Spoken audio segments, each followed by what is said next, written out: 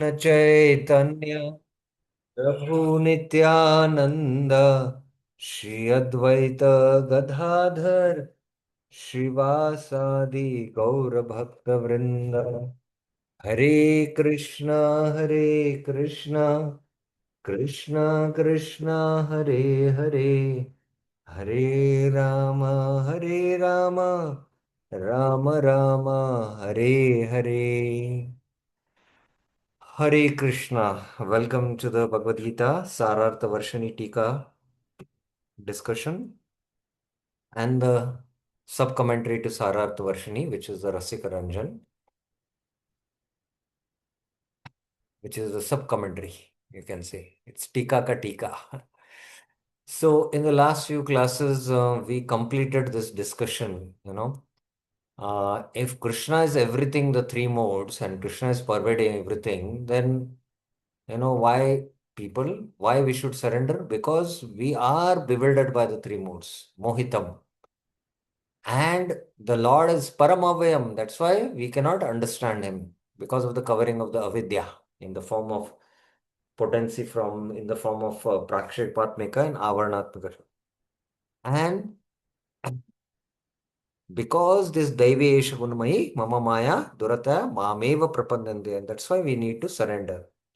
And those who don't surrender, Krishna speaks in one verse. These are the four categories. And those who Sukritinas who surrender, Krishna speaks that from 16, 17, 18, 19. Four verses he speaks. And in that four, we saw that the Jnani is very dear to Krishna. Of course, the other three also dear. Ultimately, when this Jnani, uh, you know, become a Shuddha Bhakta, Bhaunam Janmanamante. So that's the perspective Vishwanath Chandra Thakur takes. We saw that. Whereas other acharyas take a different perspective. They speak about already this Jnani is very dear to the Lord, so he will attain the Lord. But what about the others three? When will they become pure? You know, it will take them many lifetimes. Then they realize that one should not approach the Lord with any material desires, but with Nishkam Bhav. But here in Vishwanath Chakravarti's commentary, he is speaking about ultimately the Jnani who is a Mishra Bhakta when he will come to the point of Kevala Bhakti. When he meets a pure devotee. That's the point Vishwanath Chakravarti is focusing. So this section we spent almost an entire class on this section. That was the last class. Yesterday we could not have a class because we had a lot of engagement yesterday. So it was quite exhausting again to take an online class. I needed a break. So today we will begin with this next section, which is those who surrender to Krishna Itara.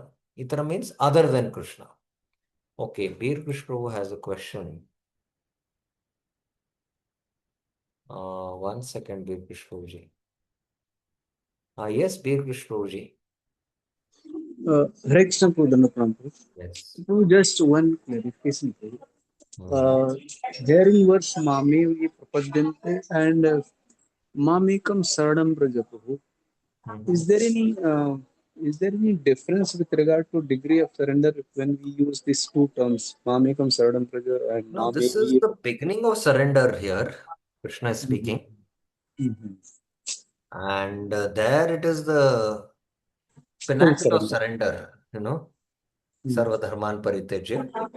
Of course, even when Arjuna, Shishyaste ham shadi tvam mam prapanna, I surrender as your disciple. So that is also the beginning of surrender. But here, when, mameva prapadyante means, um, it's basically that one has to surrender only to Krishna and no one else. Mam eva prapadyante. Sarva dharman parityajya mamekam sharanam. Sharanam has been used here. Here, prapadyante means the beginning process of surrender, you can say. You know.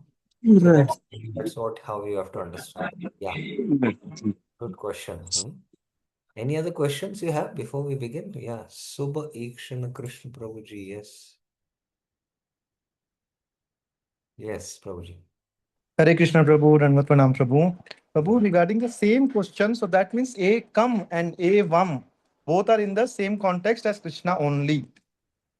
Ah, that is there. That is there. Yes. That's only Krishna only, but it's the beginning of surrender, you can say, that one we surrender, and then he's speaking there of the complete surrendered consciousness, which has the six lakshanas. Yes, Prabhu. Okay. Any other questions anyone else has also about this previous section? So you have to see in this section how the whole flow of the Bhagavad Gita is developing. Now, ultimately, Krishna spoke about those who don't surrender. Those who don't surrender, he spoke in BG 7 point, sorry, BG 7 point 15. And then those who surrender, those who surrender. So those who surrender, he spoke in BG 7.16. And there are these four categories. Artha, Jigyasu, Artharthi, and Jnani. And these are all mixed. Karma Mishra Bhakti, and this is Jnana Mishra Bhakti. So now Krishna is speaking of those who surrender, because ultimately Mam Eva Prapadyante 7.14, So those who don't, those who do, but here those who surrender not to Krishna but to Devatas. What is their position? Arjuna is asking. So this is dealt in 7.20 to 25. So this is how the flow is happening. I hope you are clear. Somehow I've drawn things haphazardly, but I hope it is clear. Okay. So those who surrender to Krishna Itara. Krishnetara means Krishna Itara. So that is being discussed in this section, which we'll take up today. कामस्तैस्तैरितर्ज्ञान प्रपद्यन्तेऽन्यदेवता तं तं नियमम् आस्ताय प्रकृत्या नियता स्वया. Those who have become foolish, Ritaghyana, because of their many desires, te ter kame, many desires. Just a minute, I'm looking for my Bhagavad Gita book. Yeah. Worship various devatas. Prapadyante anya devata. Mameva prapadyante. So means they also submit to the demigods. Prapadyante is have been also used. Adopting various rules. Tam tam niyama astaya. They follow those rules under the control of their low natures. Swaya prakritya niyata. So based on the influence of the modes, they surrender according to the nature. The more tamasic they are, they might have the tamasic worship of the deities, the tamasic deities. If they are rajasic, then they will select a rajasic deity. Because why? Because they have kamasthista ritagyana, and they are ritagyana. Whereas those who worship Krishna, what did Krishna use the term for them? Although they have desires and they come to Krishna, these people also have desires. But Krishna uses the term Ritagyana. But for those who come with desires to Krishna, what does Krishna use the term? What is this term? Sri Lalita Mataji? Hare Krishna Prabhu. Yes. Mm. Sukritina. Sukritina are all the four categories who approach Krishna. But Okay. their intelligence. You know, Arto, here their intelligence is, you know, Rita Jnana has been used. But there, about their intelligence, what is it being mentioned? Artharthi. Arthati. Arthati is another category. One who knows six jnana. No, I'm not sure, Prabhu. Not sure. Okay. Any others would like to try? Tirth Prabhuji. What does the Krishna, Hare Krishna Prabhu, Dandavat Prabhu. what does the term Krishna use for them? Although they come with material desires, but they worship him. How does Krishna see them? What does Krishna say? What kind of intelligence they have?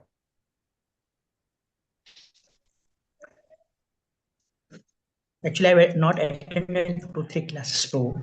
Just Oh, okay, okay, okay. Yes, Sri Lalita Mataji. Prabhu, I'm not sure. If it's not Sukritana, he calls them pious, right, Prabhu? That is no. In what sense are you asking, Prabhu? They are Sukritina only, no? He calls They're them. all four are Sukritina, but Uh, because they see out of the four Sukritinas, please understand, uh, three are Sakami, correct? yeah, They're coming with material desires, but they are approaching Krishna. yeah. Correct? Yeah, Yeah. yeah, Here yeah. also these demigod worshippers have material desires, but they are approaching the demigods. Uh, So Krishna tells they are Ritagyana. okay. But those who come to him, even with material desires, what does he Krishna say about them? Who are they? What is Bharata Shaba. No, no, Bhartarshaba? he's telling, oh, no, he's telling this to Arjuna. Yeah, yeah. Actually, you are No, looking in that verse, but in that verse, it is not explained what is their, state of mentality. It is not mentioned. In that 7.16, it is not mentioned. You have to look into some other verse in the flow. Veer Krishnaji, what does Krishna say? Such people, what kind of intelligence they have? Although they are Sakama, but they are worshipping Krishna. What kind of intelligence they have? Krishna says. Prabhu, their intelligence is okay, but it is just motivated with the Yeah, desire. but But what is otherwise, the term Krishna uses? I'm missing Prabhu actually. You're missing. Okay. Tukaram Prabhuji, yes. Hare Krishna Prabhuji. Uh-huh. Cause of all causes. Cause of all causes. That's the intelligence, huh? Yes, Vinuta Mataji. Hare Krishna Prabhuji, Dandavat Pranam. Prabhuji, I'm not sure, but I'll try. Is it Maya Aprita Gnana?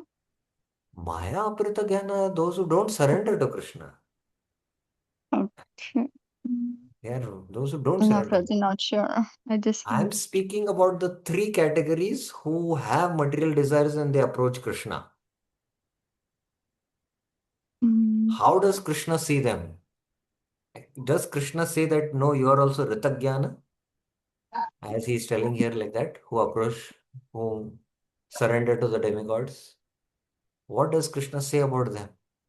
It's a very simple question I'm asking.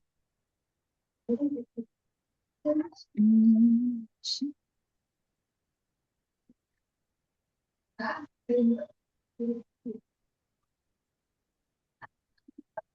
Yes, Tirthpat Prabhuji. is it Nitya Yukta, Prabhu? Tesham Nitya Yukta Eka Bhakti Ruchishta. This is speaking about whom?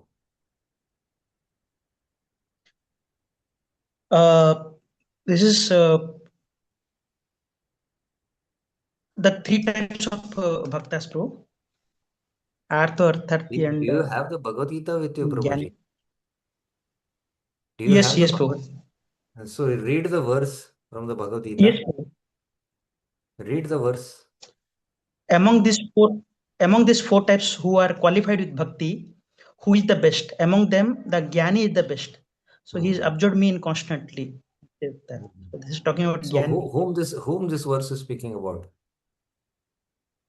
Gyani Prabhu. Then what is my question? The other three types of Then devotees. other three I'm asking. Yes. I'm not asking about the Gyani. Gyani is Nishkam. Yes. He doesn't approach Krishna for any material desires.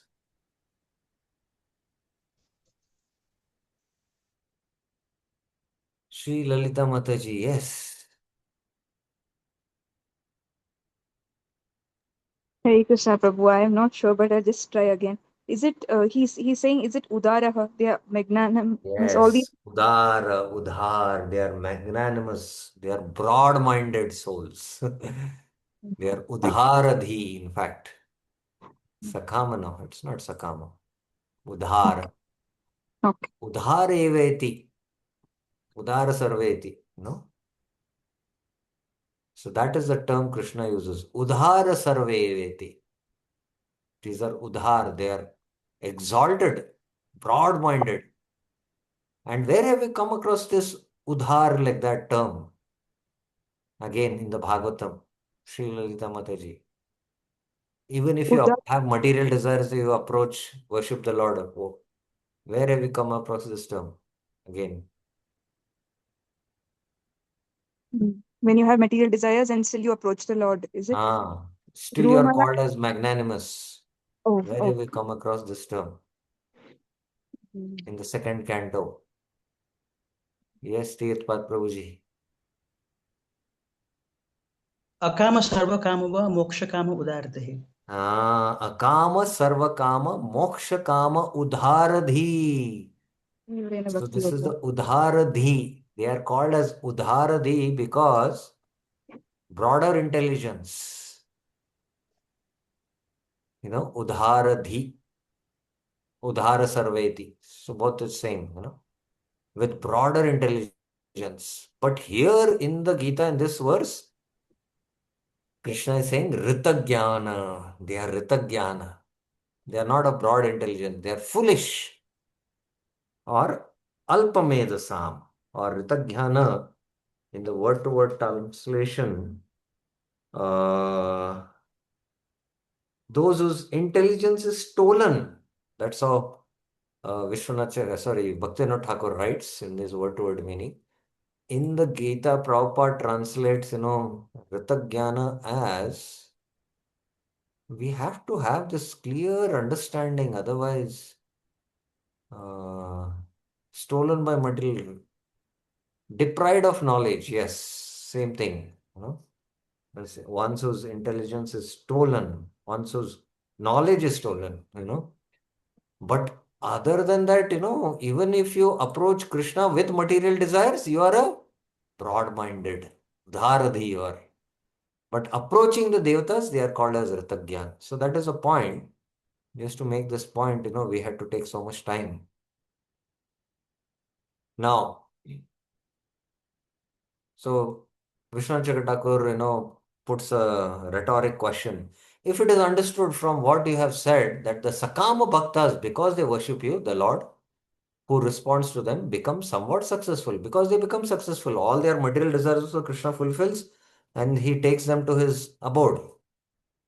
But what happens to those who have material desires and worship devatas with the desire to remove their suffering or gain material pleasure? 4 verses answer this question. These people having no intelligence, Krishna says, Ritagyana, think that the devatas like Surya will give immediate relief from affliction like sickness, whereas Vishnu will not. And where is the power coming from this devata to become free from all this affliction or disease? It's coming from Vishnu. And they think, Surya can do that and Vishnu cannot do that. Although the power of Surya is coming from Vishnu. So here, please understand the demigod level of worship has different conceptions, different levels of conception. Here, the worshipper of the demigod thinks that this demigod, is the supreme, and he is independent of Vishnu and he surrenders to such a demigod. Because if, he feels that the demigod can fulfill his material desires and Vishnu cannot fulfill, that means that demigod is supreme. No, it's not that the demigod is deriving power from Vishnu. Otherwise, he would have known the power of Vishnu, right? They therefore surrender to the Devatas. Prapadyante Anya Devata.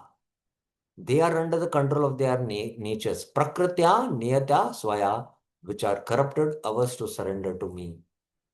Bhaktivinoda Thakur on this, he has written a commentary. Those such as the distressed are averse to me as long as their impurities remain. But when they are freed from the material impurities, they naturally perform bhakti to me. So here Bhaktivinoda Thakur is speaking about, you know, the Sakama Bhaktas who approach Krishna.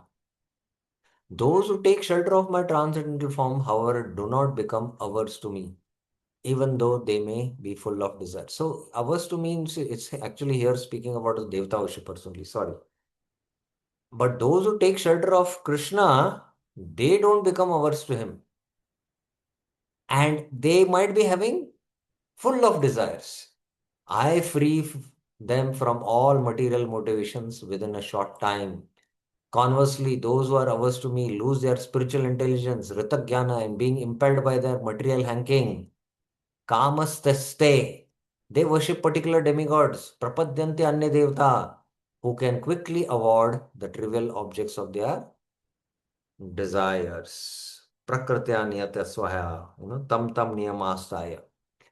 They do not love me, the eternal, beautiful Sham Sundar, the embodiment of all spiritual existence, because they are driven away from me by their low natures, which are in the mode of ignorance, tamasika, and passion, rajasic, and they worship particular demigods following whatever insignificant rules are favorable for such worship. Tam tam niyamastaya prakritya niyata swaya. Okay, text 21. यो यो यां यां तनुं भक्तः श्रद्धयार्चितुमिच्छति तस्य तस्याचलां श्रद्धां तामेव विददाम्यहम्. So, yo yo yam tanum bhaktah. Now it is very interesting. Tanum means the form of the demigod. But these demigod worshippers are called as bhaktah. They are called as devotees. So it's very surprising, you know. So I was, really puzzled at some point, because even Prabhupada into the word-to-word commentary, if you see, he is writing bhakta as devotee. Whereas those who are worshippers of demigods, it's not bhakti. Neither he is called as a bhakta because he doesn't worship Bhagwan. But why is he referred here in the verse itself as bhakta? And Bhaktivinoda Thakur in his word-to-word commentary, he says fruitive devotee, So he is a bhakta indirectly in one sense. That is why he's been referred here, Indirectly, is, because ultimately the demigods are also the representatives of the Lord. So in that sense, it is being spoken. Okay. So that's how we have to understand. I give those persons tam bhakta eva vidanyam, firm faith in those devatas, tasya tasya achalam shraddham, whose forms yam yam tanu they desire to worship with faith. Yaha yah shraddhaya architam ichchati. So the demigods cannot instill faith in their devotees. They cannot instill faith in their devotees. Because in the heart of the demigods, Krishna is there as the super soul.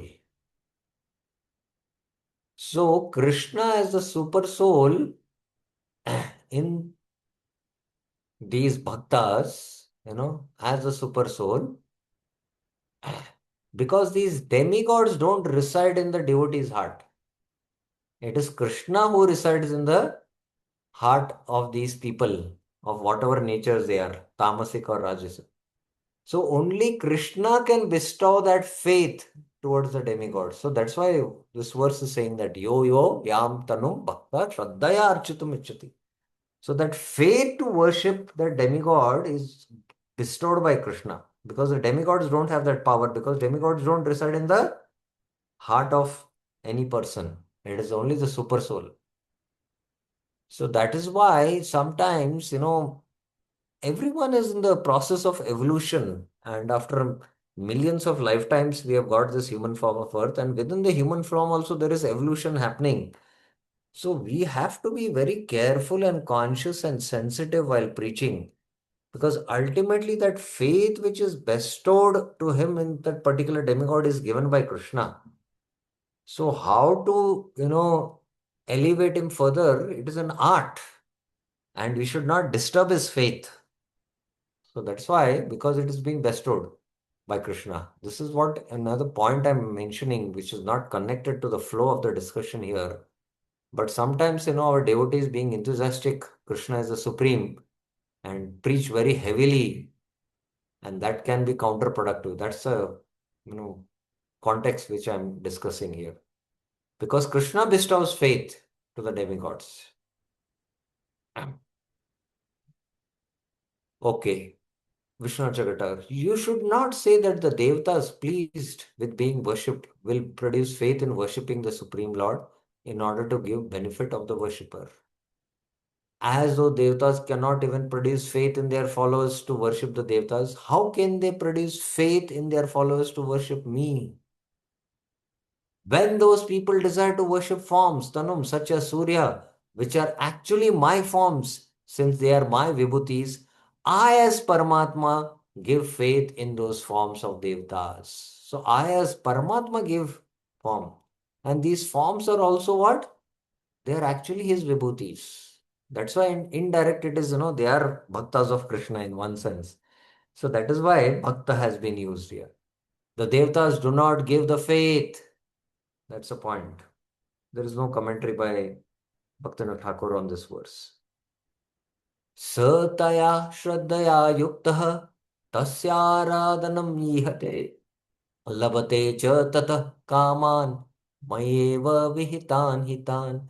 Endowed with the faith given by me, Taya Shraddhaya Yukta, that person worships the Devata. Sa Tasya Aradhanam Yihate, and attains his desired object. Labate cha Tatah Kaman, which are given only by me. Mayeva vihitan hitan.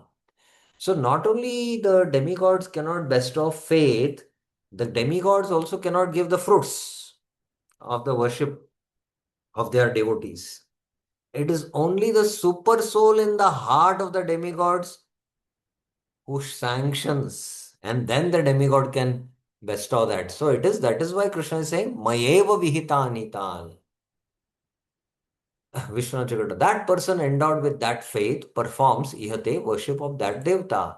He obtains the result of that worship, kaman, from the worship of that particular devta.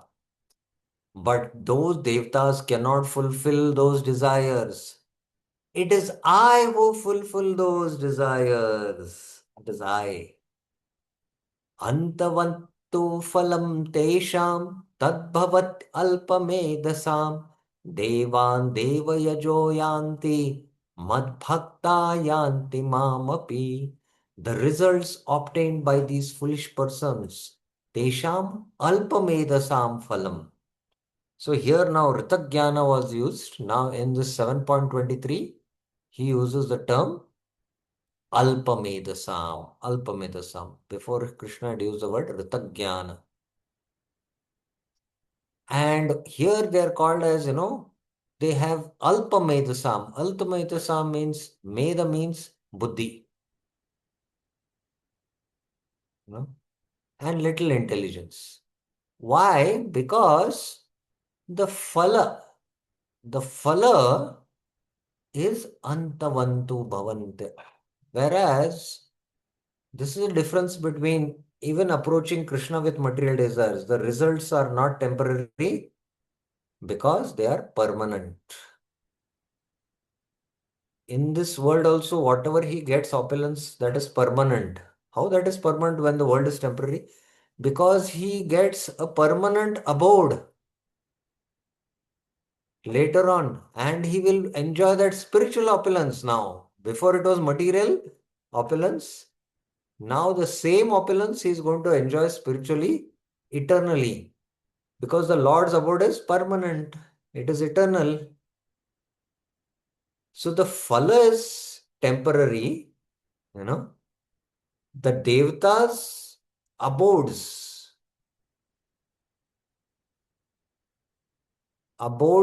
are temporary. The Devtas are also temporary. The Devtas are temporary, their abodes are temporary, so their fruits are also temporary. Those who worship Devtas attain Devas. Devan Deva Joyanti. They attain those abodes, but they are also temporary abodes. And those who worship me attain to me. Mad Bhakta Yanti Mamapi.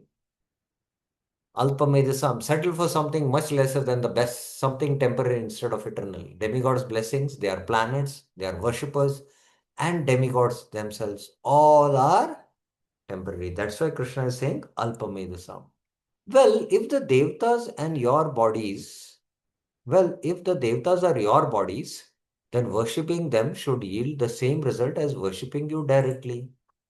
Those who have scant intelligence, little intelligence, Alpamedasam, and worship Devatas considering only the particular Devata, not understanding that the Devata is my body, obtained only scant temporary results. They consider that Devata as all in all and not a limb of Vishnu also. Those who worship the Devata with the understanding that the Devata is my body, not being of sentience, obtain infinite eternal results. So this, this is on a higher level. This will be dealt again in the 9th chapter. So there is a difference, subtle difference between worshipping directly the Devata as a supreme and worshipping the Devata as a limb of Vishnu. So that is, in one sense, it's a direct bhakti. And Maharaj Bharat and Maharaj Prutu, although they were pure direct worshippers of the Lord, they were pure devotees, but yet they used to do also demigod worship in order to lead the praja. They were having not any material desires, but to lead the praja towards dharma, they were doing yagyas for various devatas. But while doing the yagyas, they were offering like Om Indraya Swaha, they were offering these oblations to Indra, but they were in a consciousness that this Indra is a limb of Vishnu. So it was directly Vishnu worship. So like that, so that doesn't become an obstacle in their pure devotional service also. Like that. So those who worship the Devata with the understanding that the Devata is my body, not being of sentient intelligence, obtain infinite eternal results. This is because the worship of Devatas goes to Devatas who have unlimited enjoyment and limited lifespan. But my devotee attains me an infinite, indestructible results from worshipping me, who am I endowed with eternal, infinite form, qualities, and powers. Great difference in the result of worship is indicated. So there's a great difference you can see. The difference is simply great. Temporary, one is temporary, one is eternal. Bhaktivinoda Thakur. A person attains fruit according to desire. This is completely logical. Since the demigods and the demigods' planets are temporary, by worship of them, one attains their temporary service. However, even though my devotee may be full of material desires, by worship of me, he attains an eternal result in the form of me. Okay. So, any questions you have about this 4 verses which speak about the demigod worship? Any questions, any clarifications you have up till now? You can take it up now. Yes, Bir Krish Prabhuji. Hare Krishna, Prabhu, Dhanvat Yeah. Prabhu, Krishna giving faith to uh, uh, these demigod devotees, does it depend on the modes in which they are, by Yeah, which they are based affected? on which mode and desire they have, based on the modes, they have inclination towards that particular devta who is there in that mode, and Krishna knows that inclination, so accordingly he facilitates that. Right, right, right. Krishna cannot forcibly give faith in him, because then that will not be love. There is no question of freedom there. Yes, Navneet Kalra Mataji.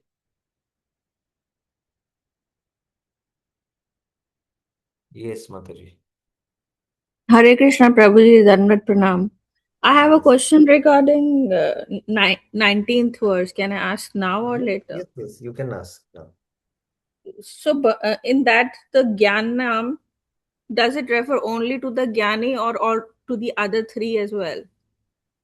I mentioned within the flow, Vishwanath Chagat Thakur, Bahunam Janmanamante Jnanavan, there he is taking the Jnani. Because among the four is the Jnani, the Jnana Mishra Bhakta. Ultimately, after many, many births, when he comes in touch with a pure devotional service, then he takes up to Kevala Bhakti.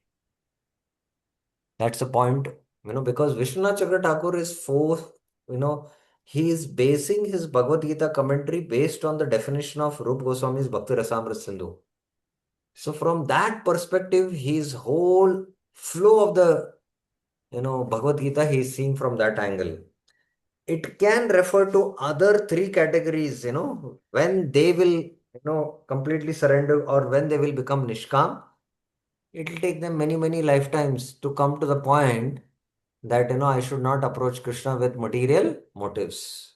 So then, when they become Jnanvan like that, when they realize like that, then they will become Nishkam Bhaktas in one sense. But still, it will be in the Mishra Bhakta category only. It will not be in the Shuddha Bhakti category, Kevala Bhakti category. Are you So, getting it this can point? refer to both. So that's what it can refer to the way you see it from the flow. From which perspective you see it, it depends on that. So that's why whether you are seeing it from the angle of Vishwanath Chakravarti Thakur's pure devotional service definition, or you are seeing from other perspectives the acharyas are giving. Based on that, you have to see from that angle and not mix the two, which is Yeah, but does Prabhupada takes it all for? we have to see what Prabhupada takes it. Okay. When we study Prabhupada commentary, that time we'll see. Okay, Okay. Prabhuji. Thank you. Okay. Any other questions we have regarding this section? Now, another category Krishna is going to speak. I spoke about,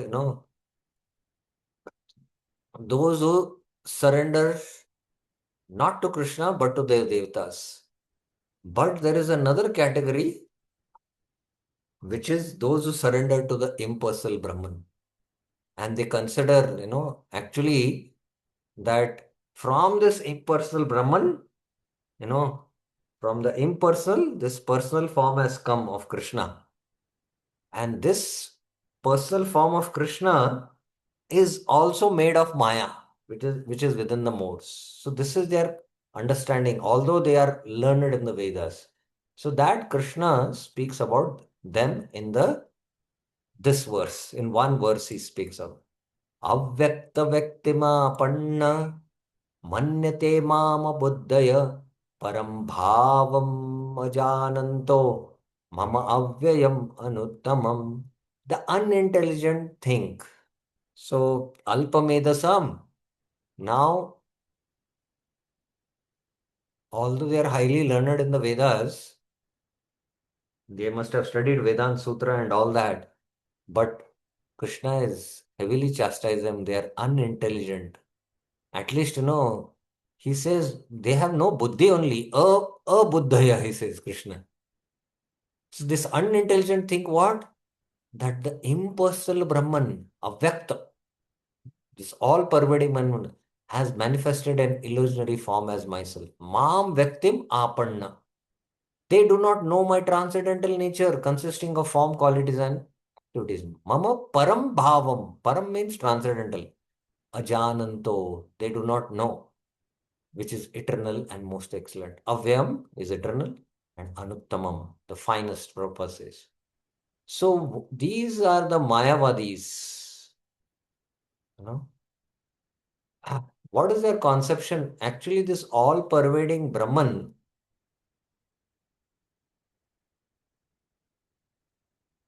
when it comes with the contact with mode of goodness, avatar is manifested like Krishna and Ram. The mode of passion, it is jivas, and mode of ignorance, it is this jagat. So they think that ultimately the absolute is impersonal Brahman, avyakta, and from this avyakta, vyakta.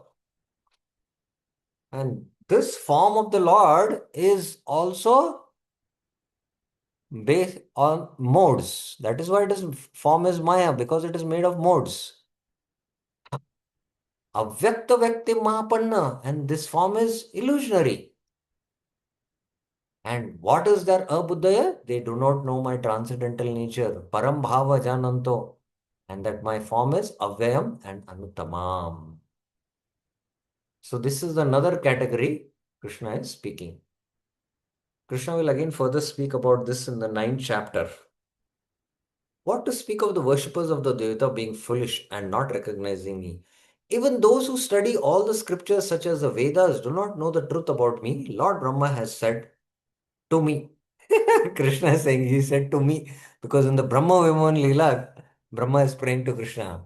Athapi te dev padambujam dvaya prasadaleshanugrihita evahi janati tattvam bhagavan mahimno na chanya ekopi chiram vichinvan. My Lord, if one is favored even by even a slight trace of the mercy of your lotus feet, atape deva padambujam prasada leshanugrita, he can understand the greatness of your personality. Bhagavan janati tattvam bhagavan mahimno. But those who speculate to understand the Supreme Personality Godhead are unable to know you. Chiram vichinvan na channe ekopi mahimno. Even though they continue to study the Vedas for many years. So this Brahma spoke to Krishna. So that's why Brahma said to me, it said, thus, apart from my devotees, everyone else is foolish regarding the knowledge of me. With this intention, he speaks this verse. The unintelligent think that the formless Brahman beyond the material world, Avyakta, has taken birth as myself in the house of Vasudev, Vyaktim, with an illusionary form, because Maya, which is now visible, what is now visible is just an illusionary form. So they think that the Lord's form is made of Maya and it is not transcendental. That's why Mayavadi are Krishna Pradi. This is because they do not know my transcendental state. Param Bhava Ajananto. They do not know that my form, birth, activities, and pastimes are beyond Maya. Mama Param Bhavam. What type of state is this? According to Medini, Bhava means existence, nature, intention, endeavor, self, birth, action, pastime, and meaning of a word. ये शब्द का भाव क्या है? Means, what is the meaning of the word? Srila Rupa Goswami's Laghu Bhagavatam has described this eternal nature of the Lord. The Lord's form, qualities, birth, action, and pastimes are eternal, since they have no beginning, no end. Sridhar Swami has also said, Bhava means form and Avaya means eternal. So his form is eternal. It is a pure form of sattva endowed with great power. That means Shuddha sattva. Please understand. Okay. I will take questions just once I finish the Bhaktivinoda Thakur commentary. No matter how much they may study the Vedic literature, still they are unintelligent because they are unaware of my super excellent, immutable, indestructible, and eternal form. So, Anuttamam and Avyayam. Okay, that's it. It's a one-line commentary. Okay. Sri Lalita Sumukhi Mataji has a question. Yes, Mataji. Hare Krishna, Prabhuji. I just read somewhere that is the Virat Rupa form of the Lord. It is materialistic, no, Prabhu. It is not transcendental, right, Prabhu? Well, we have to study the second canto entirely to understand it. You know, it's not so simplistic as, you're a teacher in the engineering field, Mataji. Which field you are? Architecture. Architecture. So, which subject do you teach? I I Huh? had last semester I handled design, but now I'm handling materials and methods in building construction. Yeah, design. Build design. So, Yeah, architecture design, let's say, this subject is not a subject, which you can teach in 1 hour, right? How many hours do you teach? 8 hours per week 8 hours per week and goes on for how long? for one semester. One semester, 6 months. Yeah, Then they have some idea of design, right? yeah. Yeah, we have to complete the entire syllabus. Huh. So similarly, you have to completely study the concept of Virata Purusha, Huh. which is there entirely presented in the second canto, and also Mm. in the third canto, and in the Bhagavatam, and in the Gita also. And when we Yeah. understand this concept clearly, then we can come to some conclusions. Now, Somewhere we had like this. Not somewhere in Bhagavatam only, like another Prabhuji's lecture. It was like there are only 22 incarnations that are actually spiritual. yeah, I understand that. I'm very much aware, you know, Huh. but that's why I was making this point that, to understand a concept, you have to study the entire syllabus. Okay. You have to study what is given in the first canto, what is given in the second canto, what is given in the third canto, what is given in the fifth canto, what is given in the 10th canto, 11th canto, and then you have to become thoroughly well versed with the Siddhanta. Mm. So the Bhagavad concept of the Virat Purusha is the form of the Lord made with material elements. Mahat Adibi. No? Mm. The Lord doesn't have any material form. The Lord has, Vishuddha Sattvam. But Yeah. he also has a form made of these 24 elements because this universe is also considered as the form of the Lord. So Yeah. this conception in the Bhagavatam, which is called as the Virat Purusha, it is a conception. It is a tool used for meditation for the yogis. Okay. Whereas in the Gita, Lord Krishna himself, Sham Sundar Krishna, expands himself and shows the Vishwarupa. The term Yeah. used is Vishwarupa in the Gita. Yeah. And that chapter is called also the Vishwarupa Darshan Yoga. Yeah. So it's not a conception, it is Lord Himself expanding and covering the whole universe. So His form, that form is spiritual. Okay. Or I'll give you another example. Vaman Dev, is Correct. he having a material form or a spiritual form? All those 22 incarnations are all fully No, wait, let me hold on. No. To understand the subject, it takes time. My question is Vaman Dev's form material or spiritual? spiritual. Spiritual. Now, when he expands himself Huh. and covers the whole universe, so Huh. that's a universal form, correct? Yeah. Is that material or spiritual? Now tell me. It's spiritual. He's only. He himself. So Yeah. when the Lord himself expands into the Vishwarupa, his own form, this is called as, top down, we say, top down, that the transcendental form himself, expands in covering the whole universe. So that's why if you hear very carefully and understand proper lectures, you cannot dress the Vishwarup because it is a very huge body. Correct. There is in Kumbakonam, I had visited a temple of the Vishwarupa, Krishna in the form of the Vishwarupa. Mhm. And when you enter the temple, you will see where is the deity. You will not be able to see because such huge deity it is, Mhm.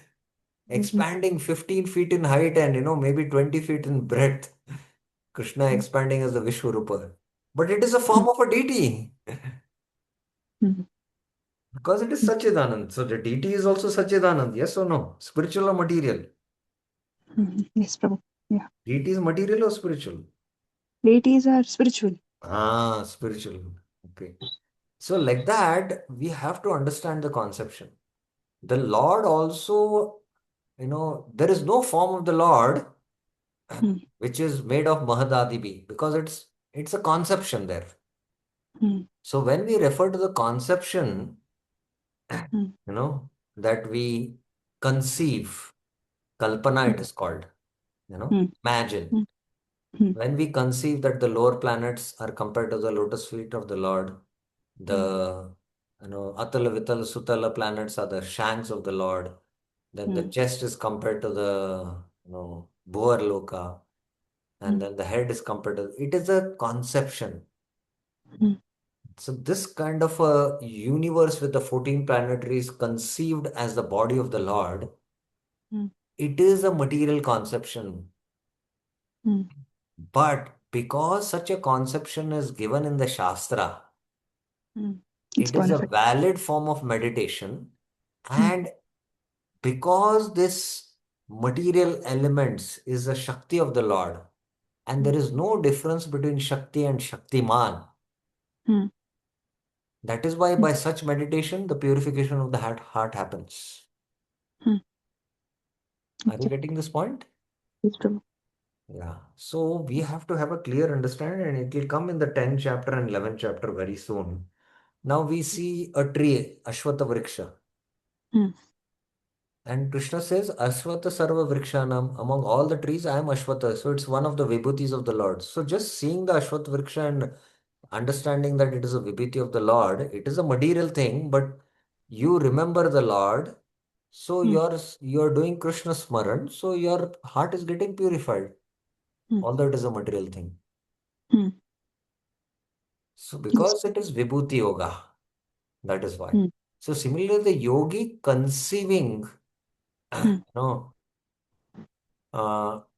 the universe as composed as the Lord's body, although the Lord doesn't have any such body because the Lord is Satchidanand. That's why among the 22 incarnations, Virat Purusha is not considered as a incarnation. But the Vishwarupa in the Gita is not material, it is spiritual. So all this takes a lot of time to digest and understand. We have to study the entire second canto. But since you brought up this question, that's why I just briefly answered. Is it clear or no? Clear, Prabhu. I understood. Yes. Took Thank you. me many years to understand. Okay. Navneet Kalra Mataji. Yes. Hare Krishna Prabhuji. Just to clear my understanding, the difference between Mayavadis and Gyanis are not offender to the Lord. They know about the form, though their Yes. destination might be impersonal Brahman. In impersonalists, there are two categories. One is called, I did not put the chart there. One is called as the Brahmavadis, another one is called as the Mayavadis. Now, these Brahmavadis, they are Brahma Upasakas. They worship the impersonal Brahman. Although they know about the avatars of the Lord and they hear the pastimes, but they don't consider these avatars as forms made of Maya, and that's why they don't offend. They will attain ultimately liberation. But the Mayavadis who think that the Lord's form is made of Maya, they offend and they fall down from their position and degrade. And their destination will be discussed in 9.12 in the Bhagavad Gita. Okay? Okay. Yeah. Thank you, Prabhu. Dear Krish Prabhuji, yes. Hare Krishna, Prabhu. Dandavat Pranam, Prabhu. Yes. Prabhu, this current verse under discussion and 9.11, Avajananti Ma Mudha Manasim Tanmasti, both are corollary verse, Prabhu, or When we come to that, let us that time see how within the flow in the 9th chapter, what is Krishna saying? Definitely, it is again referring to the Mayavadi's conception of Jananti Mamuda Manusham Tanumashita Param Bhava Jananta Mama Bhutam Aisha. So there also it is speaking about the Mayavadis. But in the flow there, we'll have to see when we come to the 9th chapter. But definitely, yes, these two verses, 7.24 and 9.11, are definitely referring to the understanding of Mayavadi. the Mayavadis, who understand that the Lord's form is made of Maya. Yes. Yes, right. Okay, so we will stop here, and in the next class, we will conclude this chapter and then start with the 8th chapter. Okay, so thank you very, very much. Granthara Srimad Bhagavad Gita ki jai, Srila Prabhupada ki jai, Anant Koti Vaishnav Vrind ki jai.